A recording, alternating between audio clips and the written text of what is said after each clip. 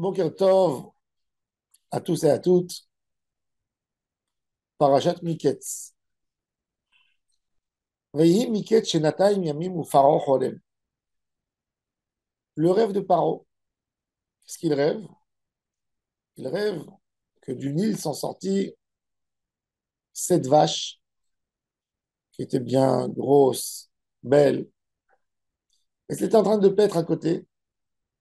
Et tout d'un coup, il y a 7 vaches mauvaises, abîmées, très maigres, malades. Et elles ont avalé les 7 vaches grosses et bonnes. Et après, ils rêvent sur des tiges de blé, pareil, qu'elles avalent les uns les autres. Et on ne remarque pas qu'elles ont avalé. Voyez, Miket Shenataim Yamim. Shnataim, c'est 2 ans. Shana, Shnataim en hébreu. Mais en hébreu aussi, on peut dire Shteshanim. 2 ans. C'est quoi ce raccourci de Shnataim? Le Noam Elimelech, Rabbi Elimelech de Lijensk, pose la question. Pourquoi on dit Voyez, Miket Shenataim Yamim. Voyez, Miket Sheneshanim. Sheteshanim. Rabbi Nachum de Tchernobyl,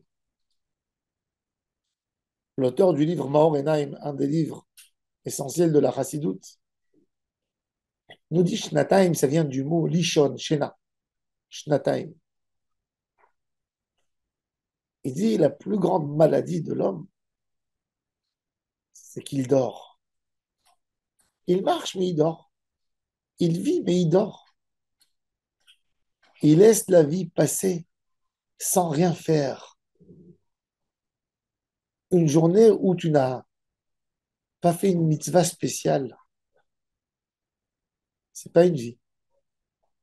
Une vie où tu n'as pas fait du chesed, tu n'as pas fait de la tzedaka, tu t'es pas battu avec ton Yetzirara, cette journée, elle ne compte pas comme une vie. Elle n'est rien. C'est comme un légume, il fait rien.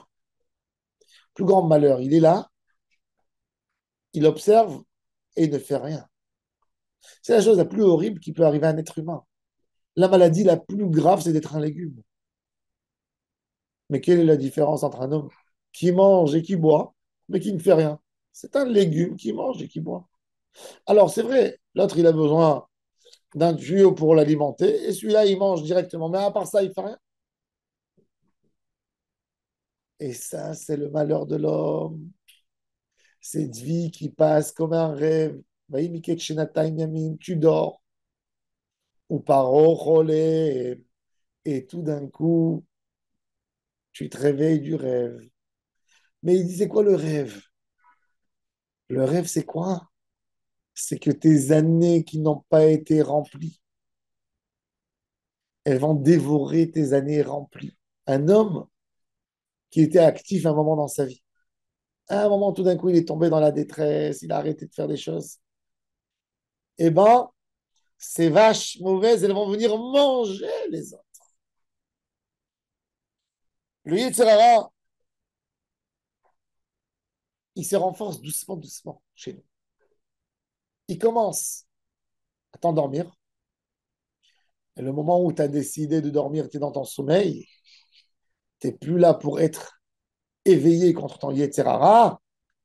C'est là où il se renforce. Et tout d'un coup, quand tu vas te réveiller, tu vas tourner ta tête et tu vas voir que rien te reste. Rien de tes bonnes qualités. C'est quoi une détresse? C'est quoi une détresse? C'est que l'homme s'est laissé faire. L'homme a laissé son Yetzirara, la paresse. Non, c'est pas maintenant, ça va, je vais le faire plus tard, demain, après-demain. Et doucement, doucement, son Yetzirara s'est renforcé, au point que c'est lui qui le maîtrise, au point qu'il n'a plus un mot à dire que le Yetzirara. C'est que lui qui gère. Et la personne, quand il se lève, il se réveille, il est fini, il est terminé. Même ses plus belles années, on les sent plus, on les remarque plus.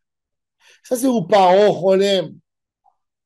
Paro, où il voit qu'il n'y a rien qui reste. Il voit comment les animaux mauvais, ils mangent les bons. Et il faut faire très attention de ne pas s'endormir dans sa vie. Être tous les jours dans la Avodat Hashem. On aura le temps pour se reposer après 120 ans dans la tombe. Beaucoup de temps. Quand on est là, c'est le monde de l'action. Merci Hachem, je suis là encore, je peux faire. Azamra l'Elohai Be'odi, Kozman She'odi Kan, tant que je suis là, je dois travailler, je dois chanter, je dois faire ma Avodat Hachem. Alors, Bezat Hachem, qu'on soit tous forts, qu'on ne soit pas des endormis. C'est que Paro qui dort 2 ans et qui se réveille après. Avde Hachem ne dort pas. Tout le temps, on est là. On est là pour travailler.